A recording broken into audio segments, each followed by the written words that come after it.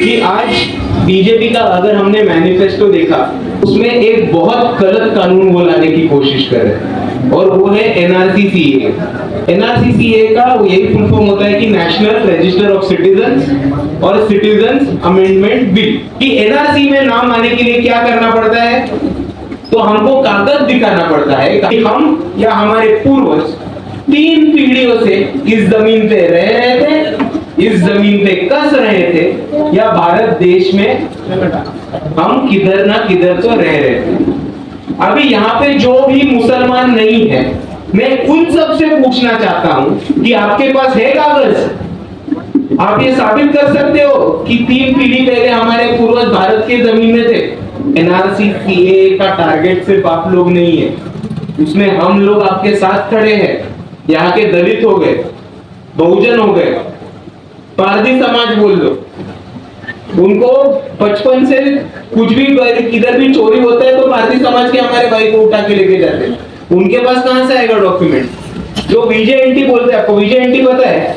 भटके विमुक्त। वो एक गांव से दूसरे गांव घूमने वाली, भटकने वाली जमात है।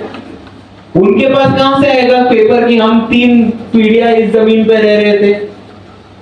हमारे तृतीयपंथी समाज, ट्रांसजेंडर जिसे हम बोलते हैं, हिजरा जिनको हम बोलते हैं, वो तो 11-12 की उम्र पे घर से उनको निकाला जाता है। उनको कोई डॉक्यूमेंट देके निकालता है क्या?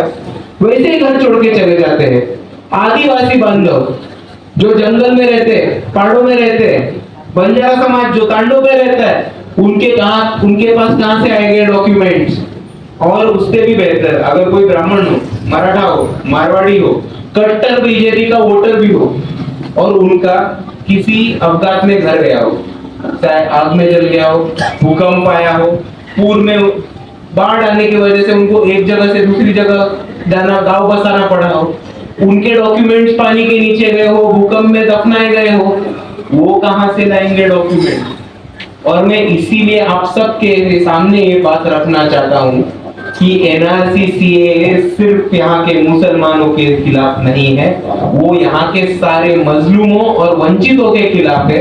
और भाई मैं आपसे ये वादा करता हूँ, एनआरसी सीए की जंग में हम आपके साथ अंत तक जुटे रहेंगे।